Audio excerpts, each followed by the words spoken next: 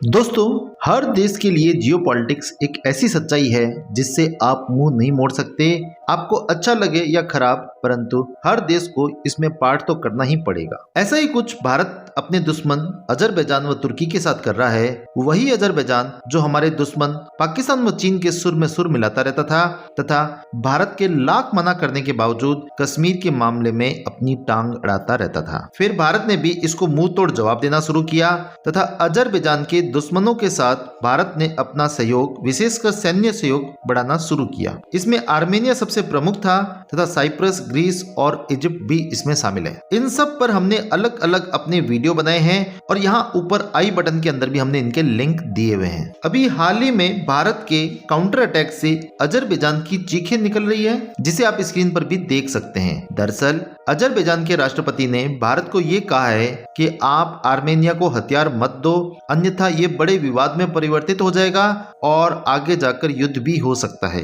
एक तरह से भारत पर वह अनर्गल आरोप लगा रहे हैं। इन सब बातों पर हम डिटेल में बात करेंगे, परंतु आगे बढ़ने से पहले दोस्तों चैनल को सब्सक्राइब कर लें। सबसे पहले हमें आर्मेनिया व अजरबैजान की जियोपॉलिटिकल लोकेशंस व मिडिल ईस्ट में इन सभी प्लेयर्स की अपनी अपनी भूमिकाओं के बारे में समझना पड़ेगा। आप यहाँ पर इनकी लोकेशन देख सकते हैं और आर्मेनिया में क्रिश्चियंस ज्यादा हैं तथा अजरबैजान में शिया मुस्लिम ज्यादा हैं, परंतु वे तुर्की नस्ल के हैं। और आर्मेनिया व अजरबैजान की पॉपुलेशन आपस में एक दूसरे देशों के अंदर इतनी मिक्स है कि अजरबैजान के अंदर आर्मेनियन मूल के 1.5 लाख इस एरिया में रहते हैं, जिनकी निष्ठा आर्मेनिया के प्रति है। और पहले ये दोनों देश यूएसएसआर के हिस्सा थे, परंतु बाद में यूएसएसआर के 15 टुकड़े होने पर दोनों अलग अलग देश बने और 1995 में विवाद के कारण इनके बीच में युद्ध भी शुरू हो गया था। और 95 की लड़ाई में एक तरह से आर्मेनिया ने डोमिनेट किया था और जबरदस्ती यहाँ पर एक कॉरिडोर बना लिया गया था और उस समय रशिया ने भी एक तरह से इन्हें सपोर्ट किया था। और अजरबैजान को ये बात हमेशा दर्द देती रही और वह अपनी तैयारियों को बढ़ाता गया और 2015 तक आते आते अजरबैजान काफी स्ट्रांग हो गया था। और उस समय आर्मेनिया में एक ऐसी सरकार आई जो रशिया की जगह अमेरिका व वेस्टर्न कंट्री के हितों का ध्यान रखती थी।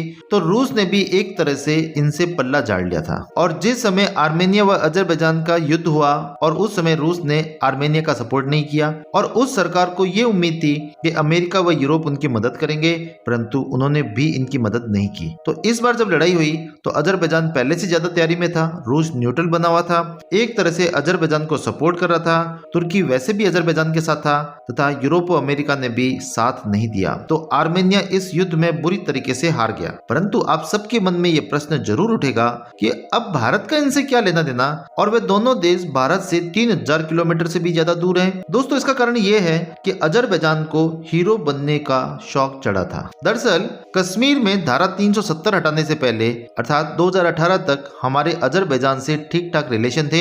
इवन हम तो ईरान होते हुए अजरबैजान तक एक कॉरिडोर भी बनाने वाले थे, परंतु 2019 में जब हमने धारा 370 हटाई उस समय पाकिस्तान ने खूब हो हल्ला मचाया और उस समय पाकिस्तान ओआईसी में गया कि भारत के खिलाफ हमारी मदद करो। परंतु भारत की डिप्लोमेटिक तैयारी इतनी जबरदस्त थी कि किसी भी देश की इतनी हिम्मत नहीं हुई कि भारत के खिलाफ स्टैंड ले। तब पाकिस्तान को सपोर्ट तुर्की व अजरबैजान तथा मलेशिया ने किया। दरअसल तुर्की को मुस्लिम जगत के खलीफा बनने का कीड़ा चल रहा था कि वापस ऑटोमन एम्पायर तैयार करेंगे, अर्थात वापस हम इन अरब देशों पर भी अपना होल्ड रखेंगे जैसे ऑटोमन एम्पायर में हम रखते थे। तो अरब देशों का स्टैंड तुर्की के खिलाफ इसी कारण था, क्योंकि अरब देशों को यह लगता है कि हम ज्यादा श्रेष्ठ हैं, हम ही मुस्लिमों के लीडर हैं। तो अरब देशों को इन सभी देशों पर गुस्सा आना स्वाभाविक था और इन सभी देशों ने पाकिस्तान का साथ देते हुए कश्मीर मुद्दे को हवा देनी शुरू की, अर्थात बैठे बिठाए भारत से इन्होंने पंगा शुरू किया और भारत ने इन सब देशों को खूब समझाया, परंतु ये कोई भी देश नहीं माने।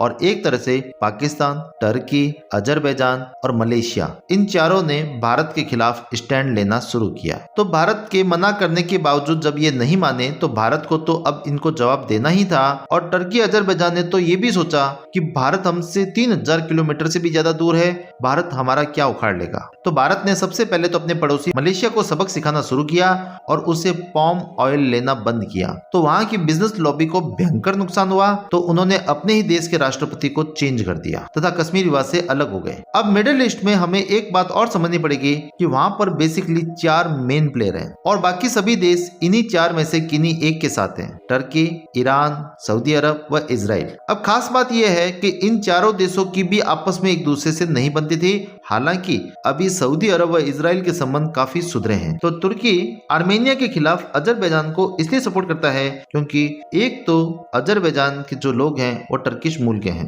और दूसरी बात तुर्की आर्मेनिया की आपस में नहीं बनती। इसका कारण ये है कि 1915 में तुर्की ने बहुत बड़ा कत्लेआम यहाँ पर मचाया था, जिसको आर्मेनिया आज तक नहीं भूला। और अजरबैजान व ईरान की आपस में इसलिए नहीं बनती क्योंकि अजरबैजान ये कहता है कि ईरान की लगभग 20% पॉपुलेशन अजरबैजानी मूल की है, तो ये एरिया भी हमारा ही है। और ईरान को ये लगता है कि अजरबैजान अगर ज्यादा पावरफुल बन गया तो कल ईरान के अंदर भी सेपरेटिस्ट अलग देश की मांग करेंगे, इसलिए ईरान अजरबैजान की जगह आर्मेनिया को सपोर्ट करता है। और चूंकि इजराइल व ईरान की बिल्कुल नहीं बनती, दोनों एक दूसरे को खत्म करने का सपना रोज लेते हैं, इसलिए इजराइल को सबसे बड़ा खतरा ईरान से ही है। तो वे ईरान के दुश्मन अजरबैजान को ड्रोन आदि देकर सपोर्ट करता है। अब सऊदी अरब की टर्की से भी नहीं बनती और ईरान से भी नहीं बनती, तो वे स्थिति के अनुसार सपोर्ट करते रहते हैं। तो ओवरऑल टर्की और अजरबैजान और इजराइल इस जगह पर मिल जाते हैं और ड्रोन व अच्छे हथियार अजरबैजान को मिल जाते हैं, और जिस कारण उसका पलड़ा लड़ाई में भारी रहता है। तथा आर्मेनिया को सिर्फ ईरान का सपोर्ट रहता था और ईरान अकेला इन सब को हैंडल नहीं कर सकता था, इसलिए आर्मेनिया इस लड़ाई में कमजोर रहा। परंतु जैसे ही भारत ने यहाँ पर एंट्री ली, सिचुएशन पूरी तरीके से चेंज हो गई। भारत ने सबसे पहले तो टर्की को घेरना शुरू किया तथा साइप्रस व ग्रीस और आर्मेनिया को हथियार देने शुरू किए, और यहाँ तक कि ग्रीस में तो भारत ने पोर्ट बनाना भी शुरू किया, जिस पर भी हमने अलग से अपने वीडियो बनाए हैं, आप हमारे चैनल पर जाकर देख सकते हैं, और ऊपर आई बटन के अंदर भी हमने उनका लिंक दिया हुआ है। और जब भारत की यहाँ पर एंट्री हो गई तो फ्रांस भी यहाँ पर आर्मेनिया को सपोर्ट करने आ गया, क्योंकि फाइनली सभी को बिजनेस करना है। तो जब भारत व फ्रांस के हथियार आर्मेनिया को मिलेंगे और उसमें भी भारत के ऐसे हथियार जिनसे चीन भी डरता है, तो आर्मेनिया व टर्की को डरना तो था ही था, और इसी डर के कारण इन्होंने इस प्रकार का बयान दिया है। परंतु भारत को ऐसे बयानों से कोई फर्क नहीं पड़ता, बल्कि भारत का तो हथियारों का बिजनेस और बढ़ रहा है। अरबों डॉलर भारत में आएंगे और दुनिया भर में भारत की पूछ बढ़ेगी। और उसके साथ साथ सबसे बड़ी बात यह है कि दुश्मनों की तो चीखें निकलनी भी शुरू हो चुकी है, तो इससे अच्छा भारत के लिए क्या होगा। वैसे आपको क्या लगता है दोस्तों, क्या भारत अजरबैजान को अच्छे से सबक सिखा रहा है या नहीं? आप हमें कमेंट सेक्शन में जरूर बताएं। मिलते हैं दोस्तों नई वीडियो के साथ। जय हिंद।